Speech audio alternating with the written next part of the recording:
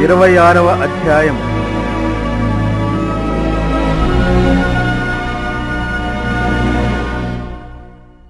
ఎండకాలమునకు మంచు గిట్టదు, కోతకాలమునకు వర్షము గిట్టదు. అటువలే బుద్ధిహీనునికి ఘనత గిట్టదు. రెక్కలు కొట్టుకొనుచు తారాడుచున్న పిచ్చుకయు, దాటుచుండు వానకోవెలయు, దెకగుండునట్లు హేతువులేని శాపము తగులకపోవును. గుర్రమునకు చెబుకు, గాడిదకు కళ్ళెము, మూర్ఖుల వీపునకు బెత్తము. వాని మూఢత చొప్పున మూర్ఖునికి ప్రత్యుత్తరమియ్యకుము. ఇచ్చిన ఎడల నీవును వాని పోలియుందువు. వాని మూఢత చొప్పున మూర్ఖునికి ప్రత్యుత్తరమిమ్ము. అలాగు చేయని ఎడల వాడు తన దృష్టికి తాను జ్ఞానిననుకొనును. మూర్ఖుని చేత వర్తమానము పంపువాడు కాళ్ళు తెగగొట్టుకొని విషము త్రాగిన వానితో సమానుడు. కుంటివాని కాళ్ళు పట్టులేక యున్నట్లు మూర్ఖుల నోట సామెత పాటిలేకుండును. బుద్ధిహీనుని ఘనపరచువాడు వడిసెలలోని రాయి కదలకుండా కట్టువానితో సమానుడు. మూర్ఖుల నోట సామెత మత్తును గొనిన వాని చేతిలో ముల్లుగుచ్చుకొన్నట్లుండును. అధికముగా నొందినవాడు సమస్తము చేయవచ్చును. మూర్ఖుని వలన కలుగు లాభము నిలువదు.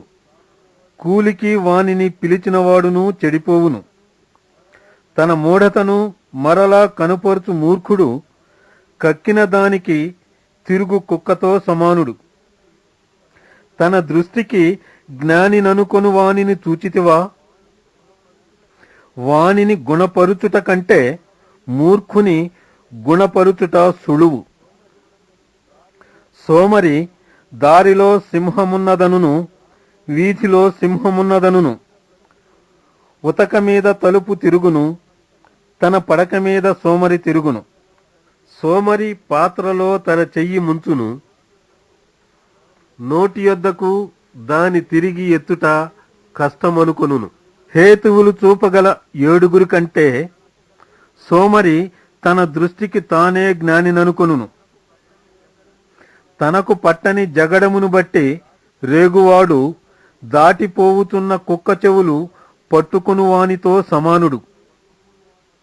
తెగులు, అమ్ములు, కొరవులు విసరు వెర్రివాడు తన పొరుగువాని మోసపుచ్చి నేను నవ్వులాటకు చేసితినని పలుకువానితో సమానుడు. కట్టెలు లేని ఎడల అగ్ని ఆరిపోవును, కొండెగాడు లేని ఎడల జగడము చల్లారును.